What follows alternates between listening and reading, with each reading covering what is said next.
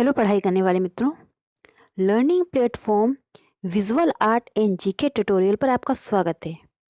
दोस्तों, चित्रकला और मूर्तिकला के 1000 प्रश्न उत्तर का श्रृंखला चल रही है। ये उसका 10वां भाग है और ये जो प्रश्न उत्तर हैं वो सभी स्तर की कला परीक्षाओं के लिए काफ़ी महत्वपूर्ण हैं। कुछ इसमें ऐसे बहुत सारे आ चुके हैं, कुछ इस स्तर के हैं कि उनके पूछे जाने की संभावना भी काफ़ी अच्छी है। और अगर आपको ये श्रृंखला पसंद आ रही है तो लाइक शेयर ज़रूर करें और अगर आप मेरे चैनल को पहली बार विजिट कर रहे हैं तो इसे सब्सक्राइब जरूर कर लीजिए और चैनल की प्लेलिस्ट पर जाकर काफ़ी महत्वपूर्ण टॉपिक पर आप और भी वीडियो देख सकते हैं। तो आइए शुरू करते हैं 10वें भाग के प्रश्न। प्रश्न नंबर 226 है, एगोनी एंड एक्सटेसी फिल्म किस कलाकार पर आधारित है? तो ये एक मूवी बनाई गई थी एगोनी एंड एक्सटेसी और ये बनी थी चरम पुनरुत्थान काल के कलाकार माइकल एंजेलो के ऊपर। आंसर है यहाँ पर ऑप्शन ए, माइकल एंजेलो के ऊपर ये मूवी बनी है एगोनी एंड एक्सटेसी। और ये प्रश्न में पूछा जा चुका है और इनका टाइम पीरियड जो था, ये इस तरह से क्या होता है, आप एक रिवाइज करते रहेंगे आप तो आपके दिमाग में रहेगा कि हाँ, हमने 2 बार 4 बार उस चीज़ को सुना है, रिपीट हुआ है बार बार उनका टाइम पीरियड, तो वो चीज़ जल्दी क्लिक कर जाती है। 1474 टू 1565। एक बार फिर से बता देती हूँ, agony and ecstasy film Michael Angelo के जीवन पर आधारित और इनका टाइम पीरियड था 1474 टू 1564। मैं कोशिश करती हूँ कि हर कलाकार का जीवन टाइम पीरियड बता पाऊँ जिससे आप जान पाएँ वो किस काल के थे, या कभी मैचिंग में आ जाता है कि कलाकार को उनके जन्म ईयर से मैचिंग करने के लिए, तो उसमें आपको ये इजी पड़ेगा। क्वेश्चन नंबर 2 to 7, रोमनस्क कला मुख्यतः किस शताब्दी में फली फूली? तो रोमनस्क कला जो थी उसमें मुख्यतः रंगीन कांच की खिड़कियों पर काम किया गया। फ्रांस, स्पेन इसमें और जगह भी फली। स्पेन में यहाँ पर हुआ था 2 प्रकार की काम, एक तो भित्ति चित्रण भी हुआ और काष्ठ चित्रण भी हुआ रोमनस्क कला में। इसके अलावा इटली, जर्मनी और मध्य यूरोप, इंग्लैंड, ये सब जगह फैली। और इसका जो अच्छा टाइम था मुख्यतः वो था 11वीं 12वीं शताब्दी। याद रखिए, जो मुख्यतः टाइम रहा वो 11वीं 12वीं शताब्दी था और ये कई देशों में फैली, जैसे बताया मैंने, फ्रांस, स्पेन, इटली, जर्मनी, मध्य यूरोप और इंग्लैंड। क्वेश्चन नंबर 228 है, कोल अल अहमार की समाधि का संबंध किस देश से है? तो कोल अल अहमार की जो समाधि है उसमें सबसे प्राचीनतम भित्ति चित्र मिला है समाधि में, और ये समाधि जो है वो है मिस्र में। आंसर है ऑप्शन सी, कोम होगा शायद यहाँ पर। कोम अल अहमार की समाधि जो है वो मिस्र की प्राचीनतम सुरक्षित भित्ति चित्र इसमें मिला है और इस चित्र में जो है वो 6 जलपोत, अनेक मानव आकृतियां एवं पशु चित्रित हैं। उसका संबंध है मिस्र से। क्वेश्चन नंबर 229 है, हड़प्पा टीलों का पता सर्वप्रथम किसने लगाया? तो हड़प्पा टीलों की खोज या सर्वप्रथम उसका पता लगाना, ये दोनों चीज़ें बोले जाए तो सबसे पहले जो लगाया वो कनिंघम जी ने लगाया। आंसर है option B, sir Alexander Cunningham.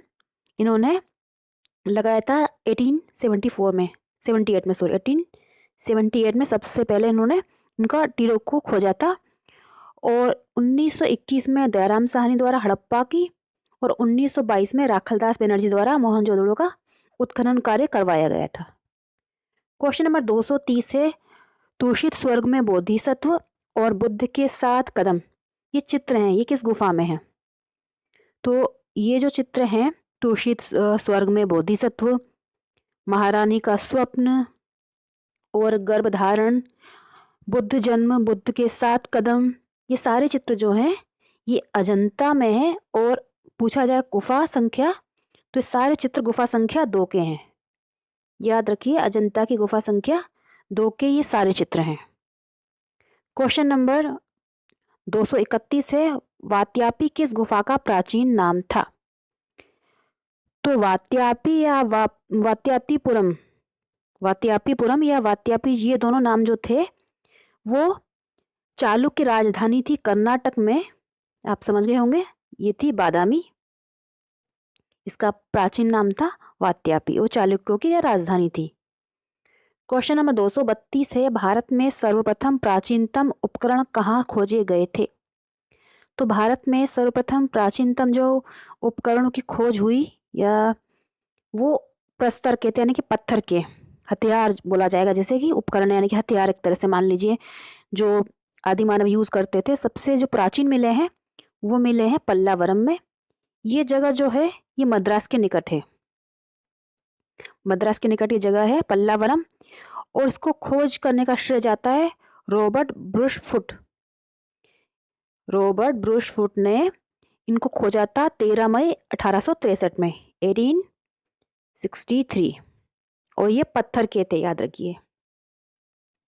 Question number 233 से, पुस्तक प्रागैतिहासिक भारतीय चित्रकला के लेखक, पुस्तक का नाम है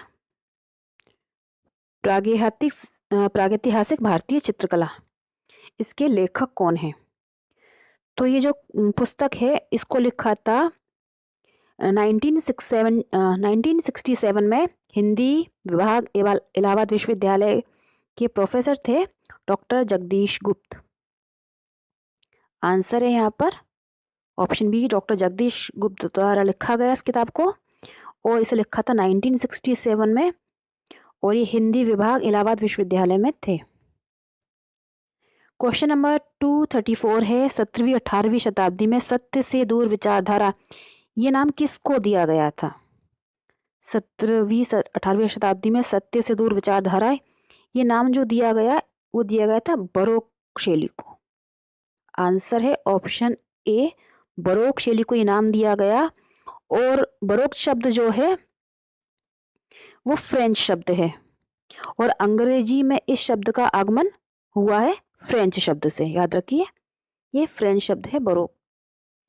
क्वेश्चन नंबर 235 है, बीकानेर शैली के रंग मुख्यतः थे।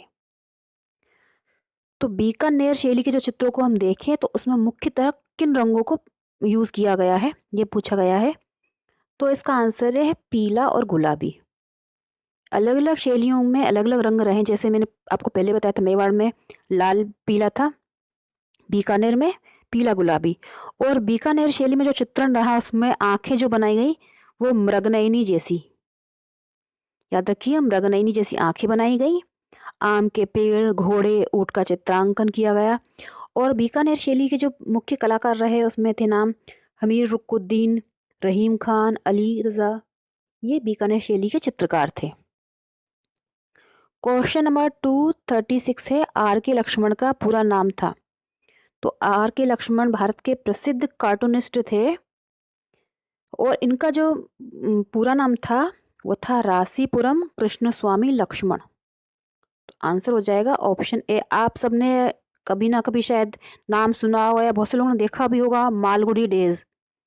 तो मालगुडी डेज जब स्टार्ट होता था उसमें बहुत सारे कार्टून के वो चलते थे, जब टाइटल चलते थे तो उसमें जो जितने भी कार्टून बने थे वो लक्ष्मण जी ने बनाए थे, और इसका पूरा नाम था रासीपुरम कृष्णस्वामी, इनका पूरा नाम था रासीपुरम कृष्णस्वामी लक्ष्मण। क्वेश्चन नंबर 237 है, लघु चित्र एक जलधारा के सामने किनारे बैठी योगिनी, ये चित्र का टाइटल है एक जलधारा के किनारे बैठी योगिनी, ये किस शैली में निर्मित है? तो ये जो चित्र है ये बना है दक्षिण की अहमदनगर शैली में।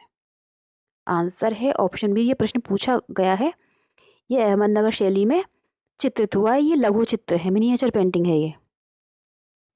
क्वेश्चन नंबर 238 है, निम्नलिखित में से किस कलाकार को वर्ष 2019 में पद्मश्री पुरस्कार प्राप्त हुआ है? वर्ष 2019 में पूछा गया है पद्मश्री, और ये प्राप्त करने वाले भारत के प्रसिद्ध छापाकार, फोटोग्राफर, चित्रकार, ये सभी हैं ज्योति भट्ट जी। आंसर है यहाँ पर ऑप्शन सी। इनका जन्म हुआ था 1930 भावनगर में, गुजरात में, और 2019 में इन्हें पद्मश्री मिला है। और उनका एक प्रसिद्ध चित्र है देवी, जो इन्होंने 1965-70 के बीच बनाया था, पीतल ब्रॉन्ज प्लेट में, ये एक प्रिंट है, देवी जो एक प्रिंट है पीतल ब्रॉन्ज प्लेट पर एचिंग माध्यम से लिया गया। ये नई दिल्ली का जो है राष्ट्रीय कला संग्रहालय, राष्ट्रीय आधुनिक कला संग्रहालय NGA में वहाँ संग्रहित है, याद रखिए। इनका बहुत प्रसिद्ध चित्र है देवी, आप सर्च करिएगा, बहुत बढ़िया एचिंग माध्यम में उन्होंने बनाया है। क्वेश्चन 239 टू 39 है, किस कलाकार का कथन है कि चित्र अंतराल की रंग ज्यामिति है? तो चित्र अंतराल की रंग ज्यामिति है, ये कथन जो है वो कहा था स्वामीनाथन जी ने। आंसर है ऑप्शन ए। स्वामीनाथन जी के बारे में आपको थोड़ा सा बता भी चुकी हूँ जब मैं इनके बारे में कुछ क्वेश्चन उनके चित्र दिखाए थे कि इनका जन्म शिमला में हुआ था, भारत भवन से जुड़े रहे और भारत भवन का निर्माण में इनका मुख्य योगदान रहा और जनजातीय संग्रहालय इन्होंने भारत भवन में स्टार्ट करवाया और पहले निर्देशक भी बने वहाँ के। तो प्रसिद्ध भारतीय कलाकार हैं और ये जो हैं वो अति यथार्थवादी कलाकार हैं। इनके चित्रों में चिड़िया, पहाड़, पत्थर, इस तरह की चीज़ें देखने को मिलती हैं। अति यथार्थवादी कलाकार थे स्वामीनाथन जी। क्वेश्चन नंबर 240 है, KCS पनिक्कर का पूरा नाम था? तो KCS पनिक्कर जी का पूरा नाम आपको बताना है। तो आंसर है यहाँ पर option A, Kovazheli Cheeramathur Shankar Panicker. KCS, K for Kovazheli, C for Chiramathur, S for Shankar और पनिक्कर, इनका पूरा नाम था। और ये इन्होंने 1911 से, इनका टाइम पीरियड बता दूं, 1911 से 1977, 1911 टू 1977 इनका टाइम पीरियड था। कोयम्बटूर में इनका जन्म हुआ था। और बर्ड्स एंड सिंबल्स ये सीरीज इन्होंने बनाई है और ये जो सीरीज थी 1963 की थी इनकी और बहुत प्रसिद्ध चित्र है। आदम और हवा, ईसा, बसंत, धन्य है, दूत, शांति, ये उनके कुछ प्रसिद्ध चित्र हैं। क्वेश्चन नंबर 241 है, निम्नलिखित में से कौन अति यथार्थवादी कलाकार है जिस पर डॉली और अर्नेस्ट का प्रभाव था? तो भारतीय कलाकार को पूछा गया है ऐसा कौन सा कलाकार है? तो आंसर है यहाँ पर ऑप्शन ए, हेमंत मिश्र जी जो कलाकार थे, ये अति यथार्थवादी भारतीय कलाकार थे जिन पर डॉली और अर्नेस्ट का प्रभाव था। और इनके जो इनका जो जन्म हुआ था वो 1917 में हुआ था। 1917 में इनका जन्म हुआ था असम में, शिवसागर असम, और वर्ष 2009 में इनकी मृत्यु हो गई। और 1978 में भारतीय चित्रकला पुस्तक लिखी थी इन्होंने, भारतीय चित्रकला पुस्तक लिखी और चित्र primitive air, birds on fire, ये इनके कुछ प्रसिद्ध चित्र हैं। नेक्स्ट क्वेश्चन है, ये आपको बताना है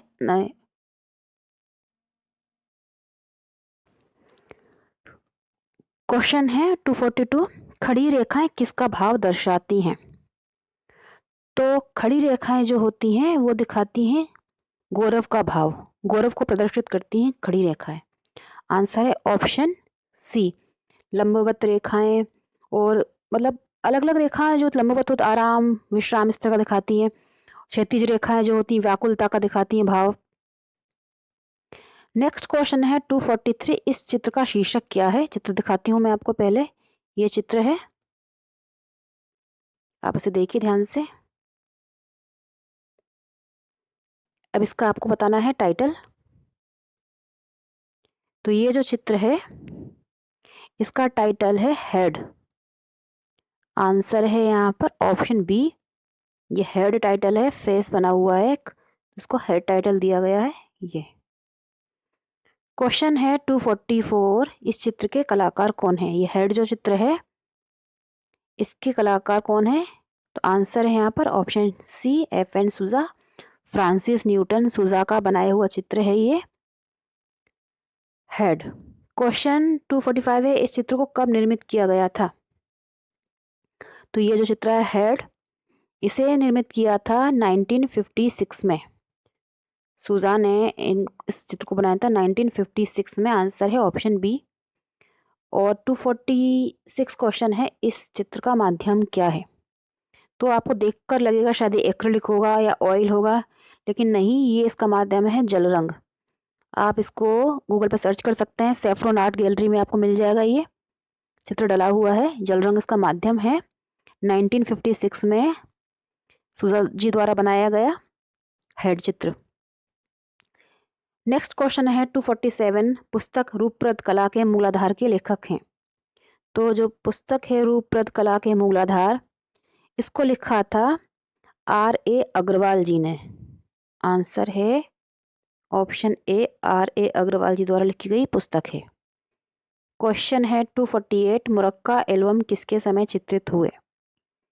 तो मुरक्का एल्बम जो बने वो बने थे शाहजहां के समय। आंसर है ऑप्शन सी, शाहजहां के समय मुरक्का एल्बम चित्रित हुए थे। क्वेश्चन 249 है, पटना से प्राप्त यक्षी मूर्ति शिल्प किस माध्यम में निर्मित है। तो पटना का यक्ष भी बोलते हैं उसे, पटना का यक्ष और दीदारगंज से मिली थी जो यक्षी, ये दोनों ही जो हैं ये चुनार सैंडस्टोन से बने हैं।